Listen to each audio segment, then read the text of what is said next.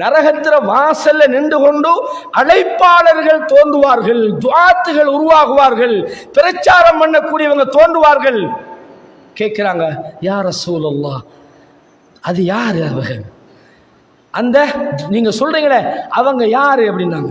ஹும்மின் ஜில்தத்தினா வயத்தக்கல்லமூன பிஅல்சினத்தினா, அவங்க எங்கள்ல இருந்து தான் வருவாங்க, நாங்க பேசுறதையே பேசுவாங்க. எப்படி பேசுவாங்க அப்படின்னா, வஹி, குர்ஆன், ஹதீஸ், நேர்வழி. அவங்க சொல்ல மாட்டாங்க, வாங்க நாங்க வழிகட்டு கூப்பிடுறோம், வழிகட்டுக்கு எல்லாரும் நரகத்துக்கு போவோம், அப்படி கூப்பிட மாட்டாங்க. இதோ குர்ஆன் வசனம், இதோ ஹதீஸ், இதோ சுன்னா, இப்படி வருவாங்க. நீங்க ஏமாந்து போவீங்களா? இல்லை. ஒரு மூமினை பொறுத்தவரையும் அவனுக்கு பாதையை பற்றிய தெளிவிரிக்கணும்.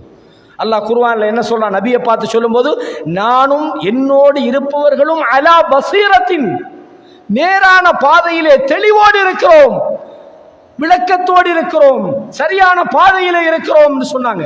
ஒரு மூமினை பொறுத்தவரையும் கண்மூடித்தனமாக ஒரு ஹதீஸை பிழையாக அவன் விளங்கிவிடக் கூடாது.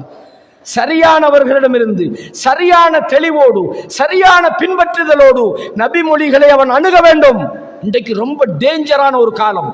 ஒரு பக்கத்தில் சிறுக்கு, தரீகா, கபர் வணக்கம், மகான்கள், அல்லாஹ் அல்லாதவர்களுக்கு அறுத்து பலியிடுகிற சிறுக்கான விஷயங்கள் ஒரு பக்கத்தில் நடந்து கிடைக்குது.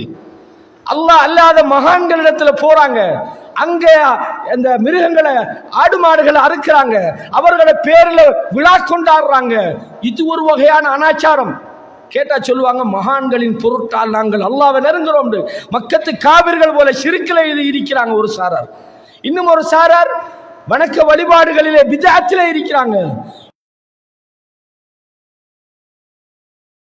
என்று சொல்லிக்கொண்டு நபி மொழிகளை மறுக்கிற ஹதீஸ் மறுப்பு கொள்கையில இன்னும் ஒரு கூட்டம் இருக்கிறாங்க. ஒரு மூமினுக்கு இது ஒரு சேலஞ்சான ஒரு காலப்பகுதி. ரசூலுல்லாஹ் சொன்னாங்க, وَمَنْ يَعِشْ مِنْكُمْ مِنْ بَعْدِي فَسَيَرَى اخْتِلَافًا كَثِيرًا.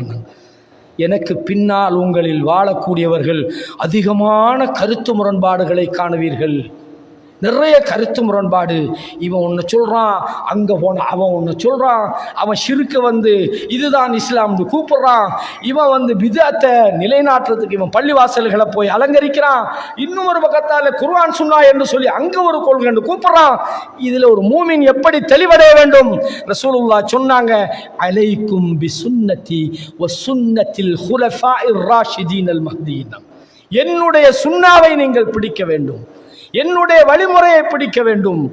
அப்படின்னு சொன்னால் நாம் இது போன்ற குழப்பமான காலங்கள் வருகின்ற நேரத்தில் முக்கியமாக தெரிந்து கொள்ள வேண்டும், சரியான பாதையை சரியான அறிஞர்களிடம் இருந்து எடுப்பது. இப்போ ஒரு கேள்வி வரும், இஸ்லாமிய சமுதாயத்துக்கு அறிஞர்கள் என்று ஒரு கூட்டம் வேணுமா? தேவையில்லையே. நம்ம பார்த்து விளங்கி கொள்ளலாம் தானே. நம்ம குர்ஆனை விளங்கலாம், நம்ம ஹதீஸை விளங்கலாம்.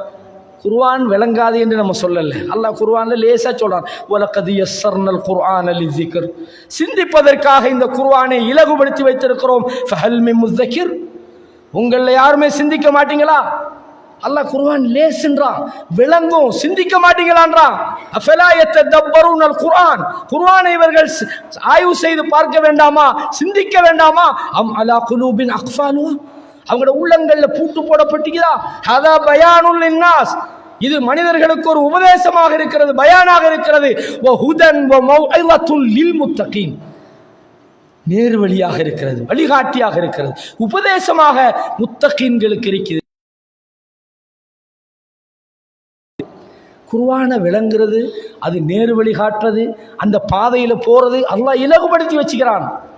மார்க்க விஷயங்களில் நாங்கள் ஒரு ஃபத்வாவை வழங்குறதாக இருந்தால், ஒரு தீர்ப்பை நம்ம பிறருக்கு வழங்குவதாக இருந்தால், குர்ஆன் ஹதீஸுடைய தெளிவான விளக்கம் நமக்கு வேணும்.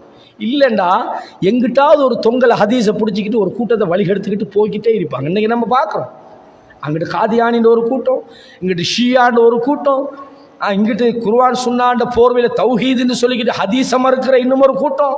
மறுபக்கத்தில் பார்த்தீங்கன்னா நாங்கள் தான் சொர்க்கத்துக்கு போகக்கூடிய அந்த ஒரு கூட்டம், அந்த அல் ஜமா ரசூலுல்லாஹ் எங்களைத்தான் தல்சமு ஜமாஅத்துல் முஸ்லிமீன வ இமாமம்னு சொன்னாங்க, வந்து எங்களை சேருங்க, இதோ புகாரில ஹதீஸுக்கு மறு கூட்டம்.